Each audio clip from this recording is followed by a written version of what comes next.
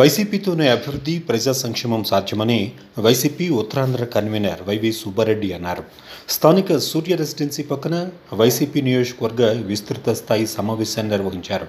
ఈ సందర్భంగా ఆయన మాట్లాడుతూ, రాష్ట్రంలో వైసీపీ అధికారంలోకి వచ్చిన తర్వాత అభివృద్ధి, ప్రజా సంక్షేమానికి పనిచేస్తున్నట్లుగా చెప్పారు. రాజకీయాలకు అతీతంగా సంక్షేమ పథకాలు అమలు చేసి అభివృద్ధి పనులు చేసినట్లుగా చెప్పారు.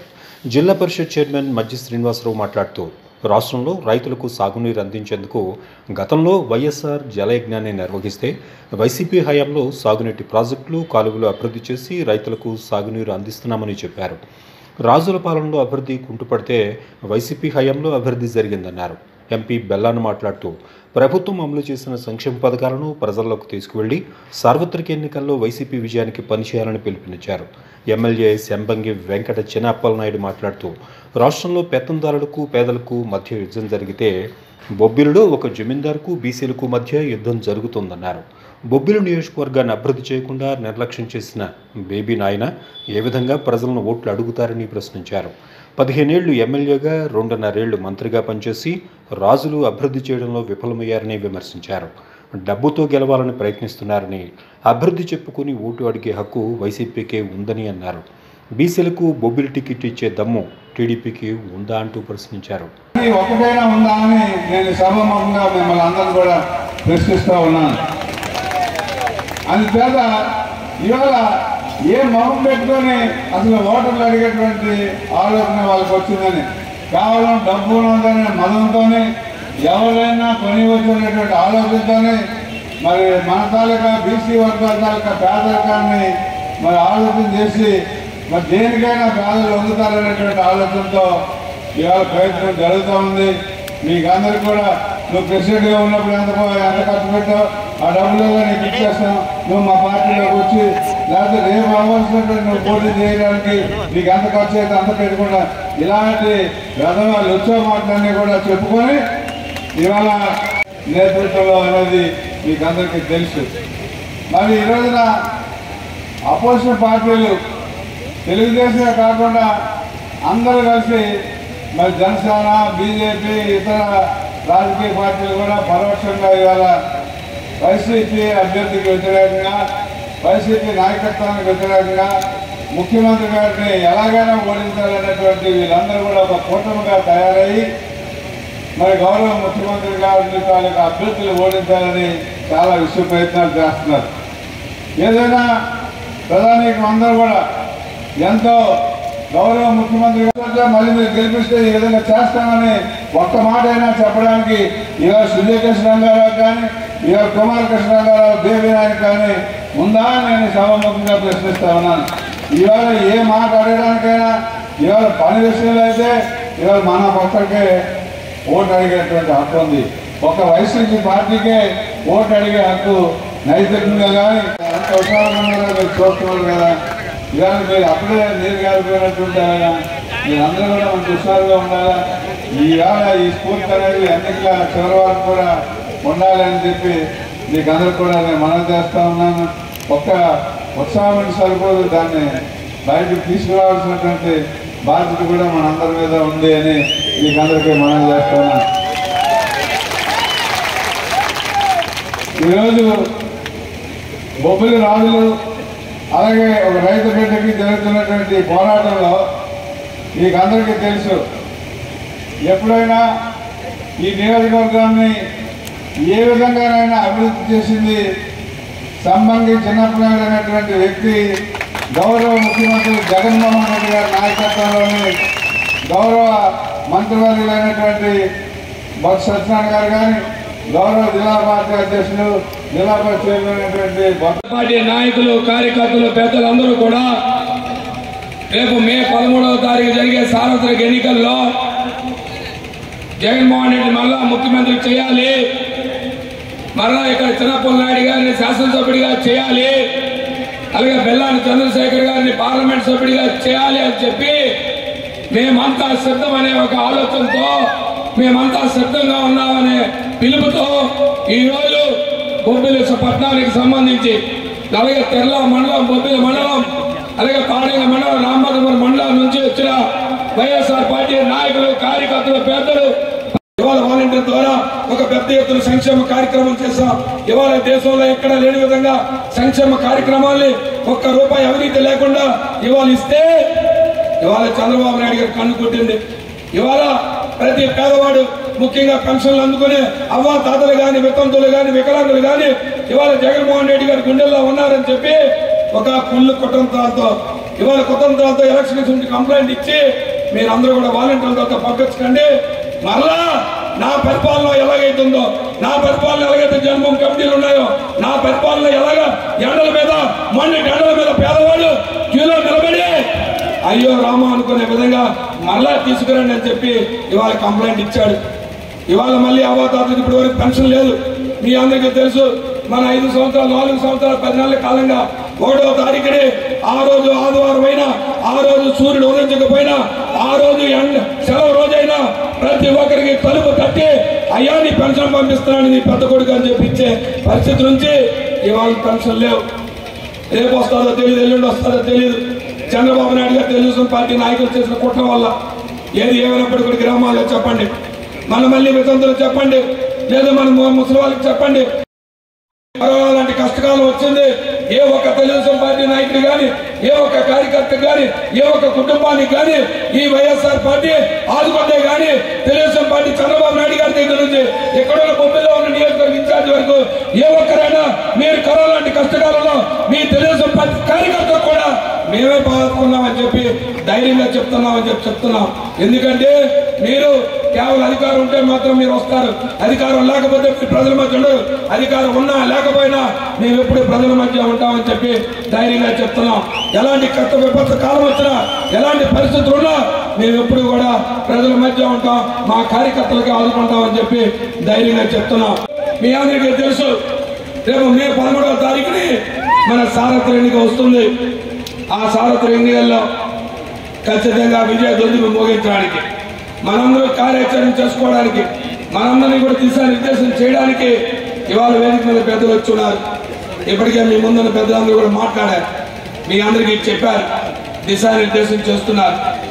మీ అందరికీ తెలుసు, 2019 సంవత్సరంలో గౌరవనీయులు ఈ రాష్ట్ర ముఖ్యమంత్రి వైఎస్ జగన్మోహన్ రెడ్డి గారిని ఆనాడు ప్రతిపక్ష నేతగా ఈ బొబ్బిలి పట్టణంలో పాదయాత్ర చేస్తే వారు మాట చెప్పారు, ఒక అవకాశం ఇవ్వండి, నన్ను ముఖ్యమంత్రిని చేయండి, ఈ రాష్ట్రంలో ప్రతి పేదవాడికి సంక్షేమం అందిస్తాను, ప్రతి పేదవాడిని కూడా ధనవంతం చేస్తాను, ప్రతి పిల్లవాడికి వైద్యం అందిస్తాను, ప్రతి పిల్లవాడికి చదువు చెప్పిస్తాను, ఈ కుటుంబాలన్నీ కూడా సస్యశ్యామలంగా చేస్తానని చెప్పి ఆనాడు చెప్పారు. ఆనాడు చెప్పాం కాబట్టి ఆ రోజు బొబ్బిలి పట్టణంలో కానీ, బొబ్బిలి నియోజకవర్గంలో కానీ విజయ దుందుకు మోగించి ఆ రోజు శాసనసభ్యుగా చిన్నప్పలనాయుడు గారిని, పార్లమెంట్ సభ్యుడిగా చంద్రశేఖర్ గారిని అత్యధికమైన మెజార్టీగా మనం గెలిపించుకున్నాం. మీ అందరికీ తెలుసు, ఈ 5 సంవత్సరాల సుదీర్ఘమైన పరిపాలనలో జగన్మోహన్ రెడ్డి గారి నాయకత్వంలో ప్రతి కుటుంబానికి సంక్షేమం అందించాం, ప్రతి కుటుంబంలో ప్రతి గ్రామంలో మౌలిక వసతులు క్రియేట్ చేశాం, ప్రతి కార్యక్రమాన్ని కూడా చేశాం. రైతన్నలకు సాగునీరు అందించాం, ప్రతి గ్రామంలో మహిళలకు తాగునీరు అందించాం. ఇవాళ ప్రతి గ్రామంలో కూడా ప్రతి కార్యక్రమాన్ని కూడా అభివృద్ధి పనుల ముందుకు తీసుకెళ్లాం. ఇవాళ వైఎస్ఆర్ పార్టీ కార్యకర్తగా వైఎస్ఆర్ పార్టీ మా తాతల పేరులో లేదా మా చరిత్రలో చెప్పుకొని టీవీల్లో వచ్చి ఇవాళ ఓట్లు అడుగుతున్నారే కానీ మీకు 3 సార్లు అవకాశం ఇస్తే ఈ ప్రాంతంలో నీ పేరు చెప్పుకొని ఈ కార్యక్రమం చేశావే అని చెప్పే పరిస్థితి లేదు. ఇవాళ మేము ధైర్యంగా చెప్తాం, ఆనాడు కిచ్చర్సులు రాజశేఖర రెడ్డి గారి పరిపాలనలో లేదా పెద్ద బొత్స మంత్రిగా చేసిన కాలంలో ఈ రోజు ఈ వేదిక మీద పెద్దలందరూ కూడా ఇవాళ బొబ్బిలి నియోజకవర్గంలో ఒక సాగునీరు ఇచ్చే కార్యక్రమం చేస్తే ఇవాళ ప్రతి రైతుకి ఎకరా నీరు అందించామంటే ఇవాళ ఈ ప్రాంతంలో 2 పంటలు పండుతున్నాయంటే ఆనాడు కిచ్చర్సులు రాజశేఖర రెడ్డి గారు నేటి వరకు ఈనాడు ఉన్న ముఖ్యమంత్రి జగన్మోహన్ రెడ్డి నాయకత్వంలో చేశామే కానీ ఒక్క ఎకరా సాగునీరైనా, ఒక్క రూపాయైనా మీ ఆయంలో ఖర్చు పెట్టి ఈ ప్రాంతాన్ని రైతాంగానికి మీరేమైనా ఉపయోగపడ్డారని చెప్పి అడుగుతున్నాం. అలాంటి కార్యక్రమాలు మీరు చేయలే. మీ ఆయంలో మీ పక్కన ఉన్న షుగర్ ఫ్యాక్టరీ, మీ ఆయంలో షుగర్ ఫ్యాక్టరీ మూతేసే పరిస్థితి ఉంది. రైతులకు సుమారు 30-35 కోట్ల రూపాయలు బకాయిలు ఉండిపోతే రైతాంగం తరపున మేము ధర్నాలు చేస్తే కేవలం మీరు మంత్రి పదవులతో హారలు కొట్టుకొని మీరు కోటల్లోకి పోయారా కానీ ఈ ప్రాంత రైతాంగాన్ని కోటలు ఎప్పుడు పట్టించుకోలేదు. మళ్ళీ పెద్దలుగా మేము వచ్చాం, ముఖ్యంగా ఆనాడు ప్రతిపక్ష నేతగా జగన్మోహన్ రెడ్డి నాయకత్వంలో చెప్పి ఈరోజు పెద్దలందరూ కూడా ఈరోజు ప్రతి రైతుకు కూడా ఈరోజు ₹1 బకాయి లేకుండా ప్రతి రైతుకు కూడా ఇచ్చే బాధ్యతని వైఎస్ఆర్ పార్టీ వైఎస్ఆర్ ప్రభుత్వం తీసుకుంటే కానీ మీరే కార్యక్రమాలు కూడా చేయలే. అందుకే వాళ్ళ వైఎస్ఆర్ ముందున్న కార్యకర్తలకు కానీ ముందున్న నాయకులకు కానీ ధైర్యంగా ప్రజల్లోకి వెళ్ళి హక్కుంది, ధైర్యంగా ప్రజలకు అభివృద్ధి కార్యక్రమాలు చేస్తాం. ఇవాళ వైద్యం కోసం ధైర్యంగా చెప్పండి. ఆనాడు కిచ్చేసిన రాజశేఖర రెడ్డి గారు ఎవరైనా చనిపోతే, ఏ కుటుంబంలో పేదవాడు చనిపోతే అయ్యో రామా నిండు 100 రోజులు ఉండే అని చెప్పి అనుకుంటే ఆయన ఒక దయాదులాగా ₹5 లక్షల ఆ రోజు ఆరోగ్యశ్రీ కింద పెడితే ఈరోజు జగన్మోహన్ రెడ్డి గారు ఇవాళ ఇంకా మరింత ముందుకెళ్ళి ఆ కుటుంబంలో ఏదైనా దేవుడు చిన్న చూపు చూస్తే మీరు భయపడద్దు, దేవుడు చిన్న చూపు చూసినా నేను ఉన్నానని చెప్పి ఆ కుటుంబానికి అండగా ఇవాళ ప్రతి కుటుంబానికి ₹25 లక్షల ఇచ్చి ఈ కుటుంబాన్ని ఆదుకునే విధంగా ఇవాళ జగనన్న ఆరోగ్య సురక్ష కింద చేస్తున్నారని చెప్పి ధైర్యంగా చెప్పండి. అక్కడ మాఫీ చేస్తానన్నావే ఏమైంది హామీ అంటే ఇవాళ మరలా చెప్తారు, అమ్మా అది హామీ కాదు, హామీ పోయింది, ఇవాళ చంద్రబాబు గ్యారంటీ అని చెప్తున్నాడు అని చెప్తారు. నీ గ్యారంటీ అయినా మోసమే, నీ హామీ ఎలాంటి మోసమో నీ గ్యారంటీ కూడా అదే మోసం అని చెప్పి ఇవాళ ధైర్యంగా చెప్పండి. ఇవాళ కొత్తగా మేడల్లో ఉండాలా, పెద్ద పెద్ద కారుల్లో తిరగాల, పెద్ద పెద్ద విమానాల్లో ఉండాలా, పెద్ద పెద్ద అమరావతి లాంటి బొమ్మలు చూపించాలా. ఆయన తాలూకా పరిపాలన అది జగన్మోహన్ రెడ్డి గారి పరిపాలన. పేదవాడు మధ్య ఉంటాడు, పేదవాడు అభివృద్ధి చూస్తాడు, మన గ్రామాల సంక్షేమం చూస్తాడు, మన గ్రామాల అభివృద్ధి చూస్తారు. కాబట్టి ఈ విషయాన్ని వ్యత్యాసాన్ని చెప్పండి. ఎక్కడున్న ముందున్న వారు కానీ ఈ వేదిక ఉన్న పెద్దలు కానీ ఖచ్చితంగా బొబ్బిలి తాలూకా విజయాన్ని నిర్ణయించే వ్యక్తులు ఉన్నారు. ఇక్కడ బొబ్బిలి విజయాన్ని మీ చేతుల్లో ఉంది, మనందరి చేతుల్లో ఉంది. ఖచ్చితంగా ఎవరేం మాట్లాడినా ఎవరేం చెప్పినా మీకున్న 4 మాటలతోనో 4 బొమ్మలతోనో బొబ్బిలి విజయాన్ని 4 కానీ మే 13వ తారీఖు ఓటర్లు ఈ బొబ్బిలి ప్రజలు బొబ్బిలి ప్రాంతంలో జగన్మోహన్ రెడ్డి నాయకత్వంలో వైఎస్ఆర్ పార్టీకి ఫ్యాన్ గుర్తుగా ఓటేస్తారని ఎందుకంటే రాష్ట్ర వ్యాప్తంగా 175 నియోజకవర్గాల్లో ఇప్పటి వరకు సుమారుగా ₹2,70,000 కోట్ల సంక్షేమ పథకాల ద్వారా అందించిన ప్రభుత్వం మన ప్రభుత్వం అని చెప్పి ఈ సందర్భంగా తెలియజేసుకుంటున్నాం. మరీ ముఖ్యంగా మన బొబ్బిలి నియోజకవర్గంలో అయితే సుమారుగా ఇప్పటి వరకు ₹3,480 కోట్ల ఈ 5 సంవత్సరాల్లో వివిధ సంక్షేమ పథకాల ద్వారా వివిధ అభివృద్ధి కార్యక్రమాల ద్వారా మీ బొబ్బిలి నియోజకవర్గంలో ఖర్చు పెట్టామంటే ఇది ఒక చరిత్ర అని చెప్పి ఈ సందర్భంగా తెలియజేసుకుంటున్నా. సుమారుగా 2,20,000 మంది ఓటర్లు ఉంటే మీ బొబ్బిలి నియోజకవర్గంలో సుమారుగా 1,80,000 కుటుంబాలకి మన పథకాల ద్వారా మన అభివృద్ధి కార్యక్రమాల ద్వారా లబ్ధి చేకూర్చిన ప్రభుత్వం మన ప్రభుత్వం అని చెప్పి సందర్భంగా తెలియజేసుకుంటున్నా. ఇన్ని కార్యక్రమాలు సంక్షేమ కార్యక్రమాలు చేసుకుంటూ పోతుంది మన ప్రభుత్వం. అదేవిధంగా అభివృద్ధి కార్యక్రమాలు కూడా ఏ విధంగా చేసుకుపోతున్నాము మీరందరూ కూడా చూస్తూనే ఉన్నారు. గ్రామ స్థాయి నుంచి ప్రతి గ్రామంలో గ్రామ సచివాలయాలు స్థాపించడం, రైతు భరోసా కేంద్రాలు పెట్టడం జరిగింది, ఆరోగ్య క్లినిక్స్ పెట్టడం జరిగింది. అదేవిధంగా పేదవారికి నాణ్యమైన విద్య నాణ్యమైన వైద్యం అందించడానికి మన గౌరవ ముఖ్యమంత్రి ఎంత ప్రాధాన్యత ఇచ్చారనేది ఒకసారి ఆలోచించండి. ఆ రోజుల్లో ఉమ్మడి ఆంధ్రప్రదేశ్ రాష్ట్రంలో స్వర్గీయ రాజశేఖర రెడ్డి గారు ఆరోగ్యం పట్ల ప్రత్యేక శ్రద్ధ పెట్టి ఆరోగ్యశ్రీ పథకాన్ని ఆ రోజుల్లోనే దేశంలో మొట్టమొదటిసారిగా మన ఉమ్మడి ఆంధ్రప్రదేశ్ రాష్ట్రంలో తీసుకొచ్చి ప్రజలను ఆదుకుంటే ఇప్పుడు ఆయన కుమారుడు మన గౌరవ ముఖ్యమంత్రి జగన్మోహన్ రెడ్డి గారు ఆరోగ్యశ్రీ పథకం ద్వారానే కాకుండా పేదవారికి నాణ్యమైన విద్య నాణ్యమైన వైద్యం అందించడం కోసం కూడా చేయలేదు.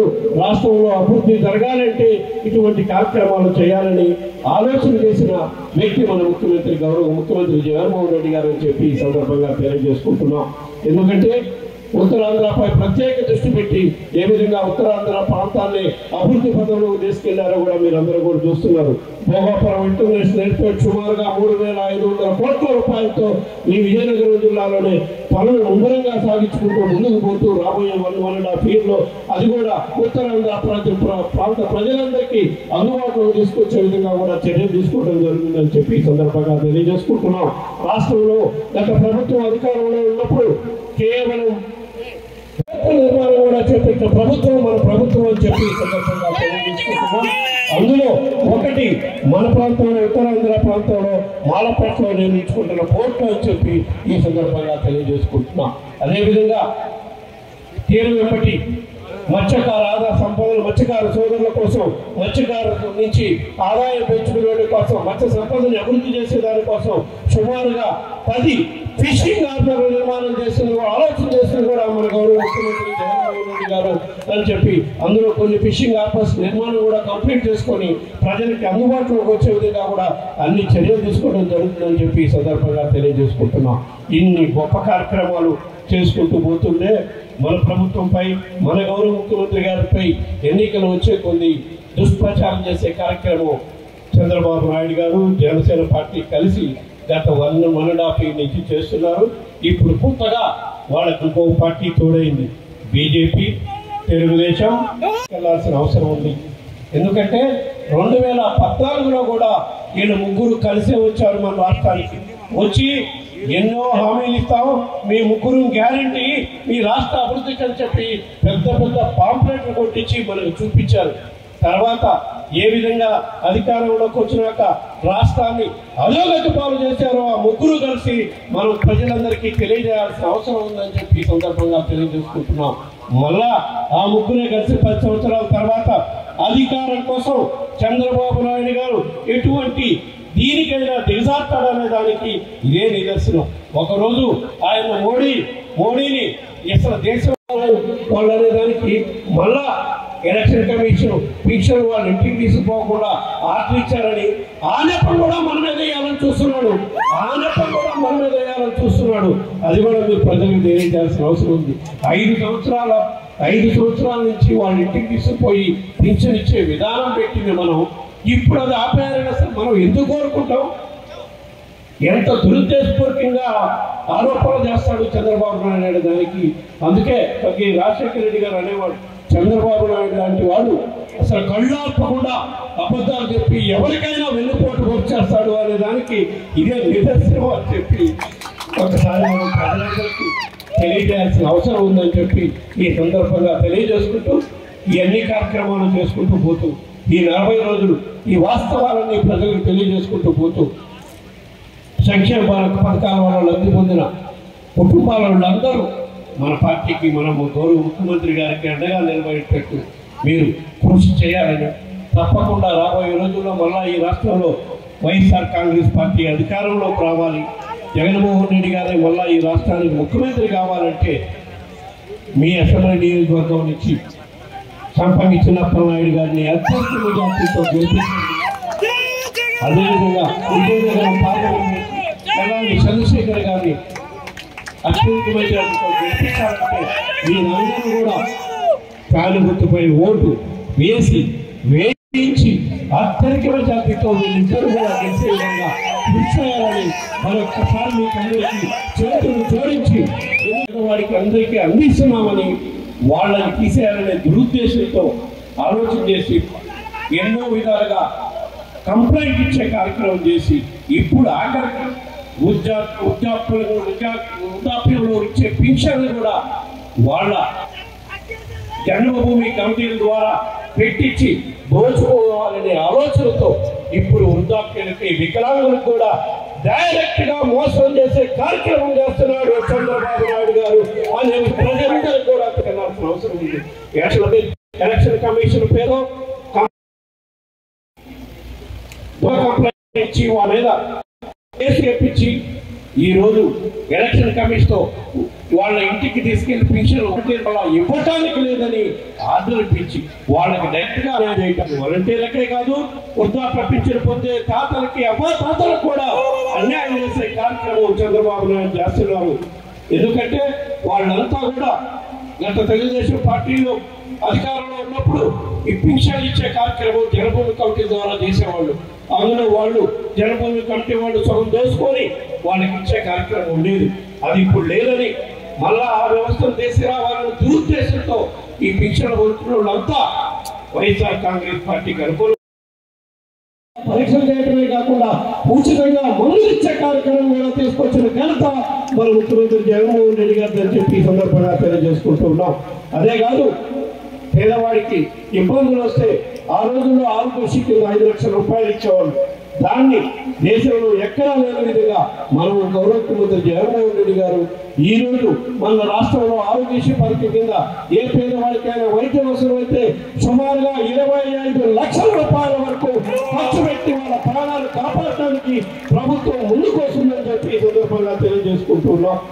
ఇన్ని కార్యక్రమాలు పేదవాడికి నాణ్యమైన విద్య, నాణ్యమైన వైద్యం అందించడం కోసం కోట్లాది రూపాయలు ఖర్చు పెట్టి జగనన్న ఆరోగ్య సురక్ష ద్వారా వాళ్ళకి నాణ్యమైన వైద్యం ఇంటికి అందించడమే కాక నాణ్యమైన పరీక్షలు చేయించి రాబోయే రోజుల్లో కూడా కుటుంబాల్లో ఏమన్నా ఇబ్బందికర పరిస్థితులు వచ్చి ఆరోగ్యపరమైన పరిస్థితులు ఉంటే పెద్ద హాస్పిటల్ తీసుకెళ్లి ఉచితంగానే ఆరోగ్యశ్రీ కింద హాస్పిటల్ తీసుకెళ్లి వైద్యం చేసే కార్యక్రమం కూడా మన రాష్ట్రంలో అమలు జరుగుతుందని చెప్పి ఈ సందర్భంగా తెలియజేసుకుంటున్నాం.